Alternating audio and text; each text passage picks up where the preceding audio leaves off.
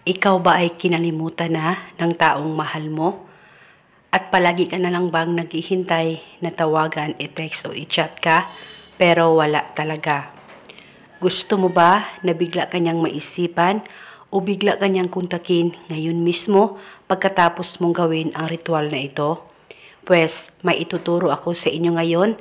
Dapat gawin ito na buo ang loob at tiwala mo.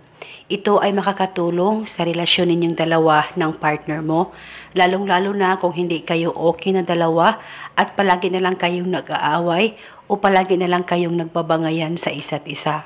Basta tiwala lang sa mga ganitong pamamaraan. Pwede mo ito gawin sa kahit na anong araw, basta gawin ito ngayong 3 p.m. Basta gawin ito sa mabuti at hilingin ng buong puso.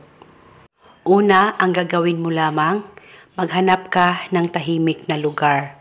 Kahit saan pwede, basta tahimik at dapat walang makakaalam at makakita sa ritual na gagawin mo.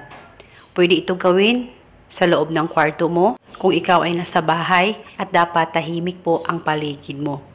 Umupo ka saglit, ipikit ang mga mata mo, pakaisipin mo ng mabuti ang target o ang mahal mo. Dapat wala kang ibang iniisip kundi siya lamang.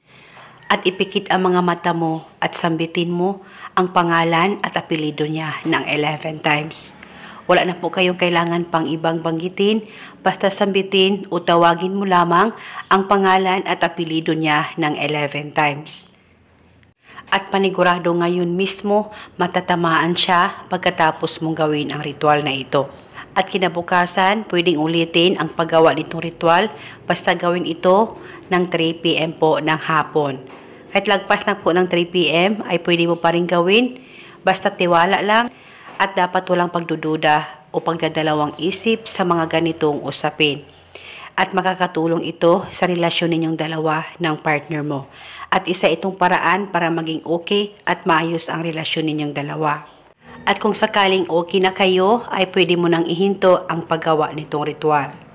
At eto muna sa ngayon, maraming salamat po sa panonood. May God bless us all.